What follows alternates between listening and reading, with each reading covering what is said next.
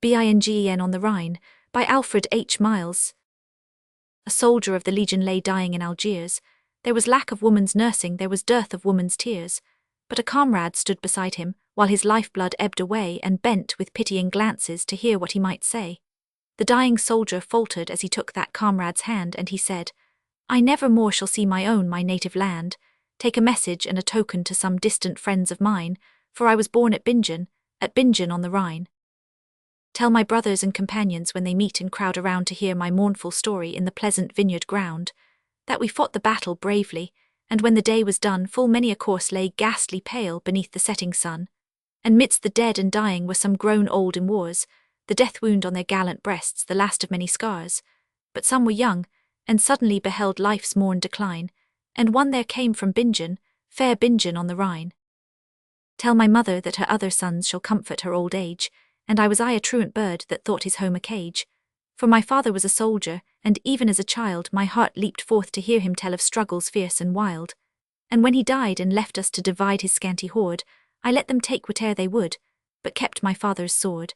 And with boyish love I hung it where the bright light used to shine on the cottage wall at Bingen, calm Bingen on the Rhine. Tell my sister not to weep for me, and sob with drooping head when the troops are marching home again with glad and gallant tread, but to look upon them proudly with a calm and steadfast eye, for her brother was a soldier too, and not afraid to die.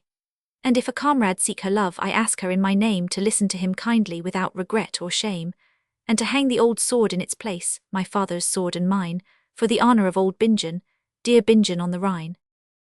There's another, not a sister, in the happy days gone by you'd have known her by the merriment that sparkled in her eye, too innocent for coquetry, too fond for idle scorning. Oh friend, I fear the lightest heart makes sometimes heaviest mourning.